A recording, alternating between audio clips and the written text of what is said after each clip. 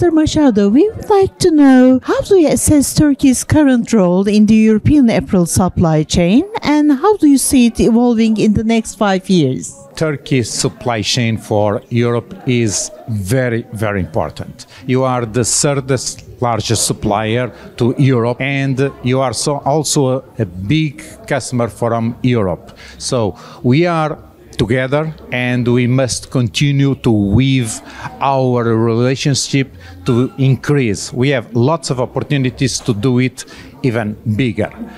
We are facing difficulties, and we are facing many challenges. We have big competitors in other parts of the world, but together we can do it even better than we are doing today. Thank you. And also we would like to know, what key opportunities do you foresee for European sourcing from Turkey under the Green Deal framework? The Green Deal framework has a big objective, that is for companies and brands to become transparent, and consumers can make decisions to purchase the products that are produced with more sustainable and more circular.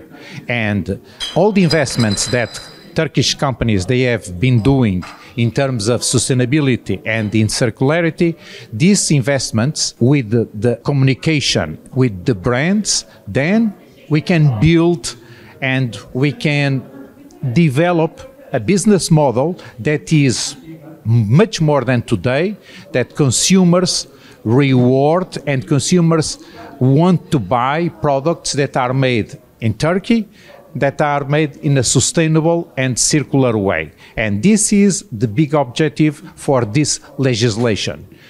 This legislation is not going to work if consumers don't buy the products that are done in more sustainable way. And this is something that we all have to educate consumers. Mr. Vantige, can you please tell us about the roadmap you would suggest for candidate countries like Turkey to comply with European Union's increasing sustainability regulations? So, it's true that in Brussels we are preparing a long list of legislation, of regulations related to sustainability, which will apply for companies not only operating in the EU, but also in candidate countries like Turkey. So it's very important that the companies here are sufficiently informed on time about that regulation. When is it coming? What will be the technical details? So building a roadmap, for me the most important element is that representative organizations from the Turkish textile industry, textile and apparel, are working closely together with us, with Euratex in Brussels.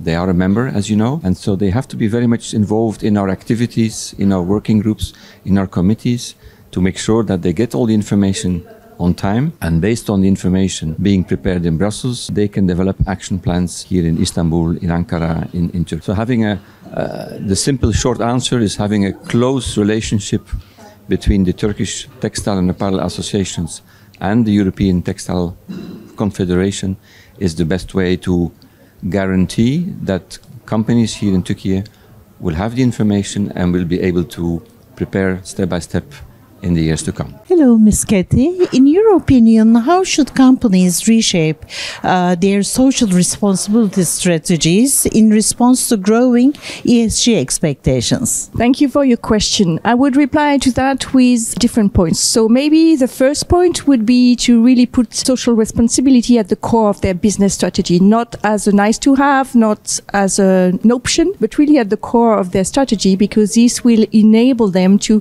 fully capitalize on the benefits of making efforts towards social responsibility. This will facilitate risk identification. It's very important for companies to really be in a position to anticipate risks, manage these risks, mitigate them, and also remediate them when risk occurs in your supply chain. So I really see some value in putting that at the heart, but also considering the need to go beyond compliance, because if the main reason why you're putting social responsibility as a key driver for your company is because of compliance, that would be a mistake, because then you are not, once again, able to capitalize on the benefits that it entails when it comes to risk management. The other thing there is like to go beyond audits. People tend to assimilate social responsibility with audits, but it's much more than that. It actually needs to be accompanied by efforts toward awareness raising, in fact, by providing the right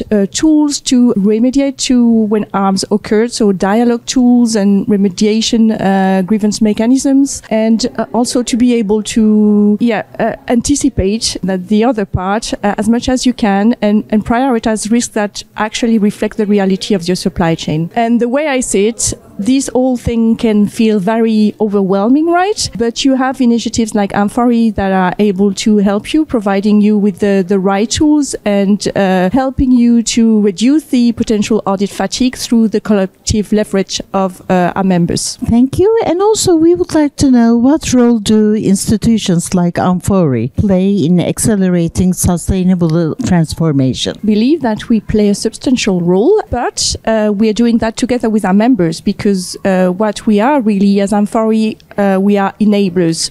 So we equip our members with ESG risk management tools that they have to implement themselves. So it's really a teamwork, right? Ultimately, our member companies, the way they are implementing these tools in the supply chain, the way they are committing to drive sustainable improvement, either environmental or on a social level, they are really doing the hard work. I'm going to stop there.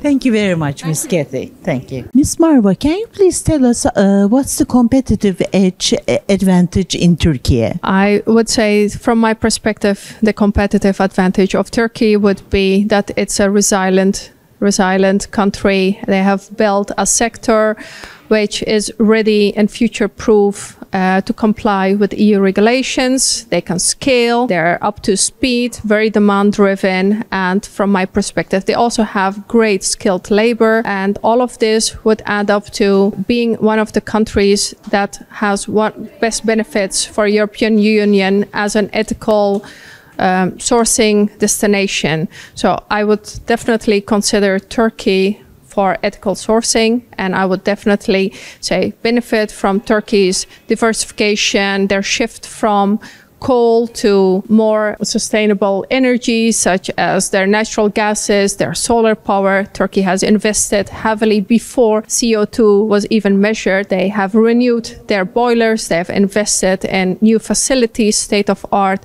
maybe from a perspective of becoming cost efficient and speed, but that has led to sustainability eventually. And Turkey is one of the non-EU countries that is actually closest to meeting the standards for the EU sustainability regulations. Hello, Ms. Olivia. Can you please tell us, how do you assess Turkey's current role in the European apparel supply chain, and how do you see it evolving in the next 5 years? I think for many years, Turkey has occupied a very unique role in the textile and apparel industry globally. It's very perfectly located for nearshoring with European customers, and it has a huge opportunity in the next 5 years to really strengthen its sustainability opportunities and really move to renewable energy, so it becomes a very compelling place for brands to source, as that becomes a central decision-making aspect of their sourcing. Pınar Hanım, we would like to know, what's the biggest opportunity in the process of harmonizing the customs union with the twin transformation goals? Thank you very much for the question. I believe that the customs union modernization with the EU at this point is very timely, because we're supposed to do it both on the environmental, the green aspect, as well as the digital aspect, and all of the recommendations which were brought by the European Union were being implemented by the Turkish government over the years and by the Turkish companies.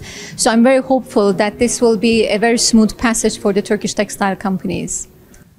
Thank you. And the second part of the question is, how does Turkey plan to turn this harmonization process into a competitive advantage for the ready-made clothing sector? Well, in the actual global arena, there are lots of, as we know, tariff wars, trade wars, etc. So in this very chaotic global arena, the fact that Turkey has been a candidate country to the European Union for many years, we already have all of the legislations in place, and we are all the time renovating ourselves. I think that the nearshoring aspect by the European companies over Turkey textiles production will be an advantage, because being nearer to the EU, I think this is the best moment for the Turkish companies to really integrate themselves with the European textile market.